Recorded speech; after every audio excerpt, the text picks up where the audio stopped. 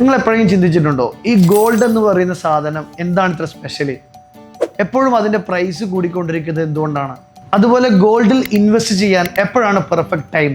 Bullion അതായത് pure gold ബാർസിന്റെ supply വളരെ limited ആണ്. അപ്പോൾ ഡിമാൻഡ് കൂടുമ്പോൾ വാല്യൂ കൂടും. എസ്പെഷ്യലി ഇൻഫ്ലേഷൻ കൂടുമ്പോൾ, ഗ്ലോബൽ ക്രൈസിസ് വരുമ്പോഴും കറൻസിയുടെ സ്ട്രെങ്ത് കുറയും. പക്ഷെ ഗോൾഡ് അതിൻ്റെ സ്ഥിരത നിലനിർത്തുകയും അതുകൊണ്ടായിരിക്കും ബുള്ളിയൻ്റെ പ്രൈസ് എപ്പോഴും ട്രെൻഡിങ് അപ്വേർഡിലേക്കാകുന്നത്. ഇനി ഗോൾഡിൻ്റെ വാല്യൂ കൂട്ടുന്നതിൻ്റെ കീ ഡ്രൈവേഴ്സ് എന്താണെന്ന് നമുക്ക് നോക്കാം. So first one is inflation and weak currency. Second one market വാല്യൂവിൻ്റെ കയറ്റി ഇറക്കങ്ങൾ. Third one central banks government golds വാങ്ങുന്നത്. ഫോർത്ത് വൺ ഇന്ത്യ, ചൈന തുടങ്ങിയ രാജ്യങ്ങളിൽ നിന്നുള്ള മാസീവ് ഇൻവെസ്റ്റ്മെന്റ് ഡിമാൻഡ്. ഇതൊക്കെയാണ് ബുള്ളിയന്റെ കീ ഡ്രൈവേഴ്സ് എന്ന് പറയുന്നത്.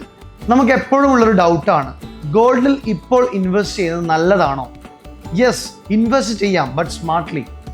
ലോങ് ടേം കുഷ്യന് ഗോൾഡ് എപ്പോഴും നല്ലതാണ്. ഗ്ലോബൽ അൺസർട്ടനിറ്റി നിലനിർത്താൻ ഈ സമയത്ത് ഇൻഫ്ലേഷനെ ഹെഡ്ജ് ചെയ്യാൻ ഇതൊരു സ്ട്രോങ് ഓപ്ഷനാണ്. But remember, don't bet everything on it. ഇനി എങ്ങനെ ഗോൾഡിൽ ഇൻവെസ്റ്റ് ചെയ്യാം, അതിലേക്കുള്ള 2 ഗുഡ് ഓപ്ഷൻസുകൾ നിങ്ങൾക്ക് പറഞ്ഞു തരാം.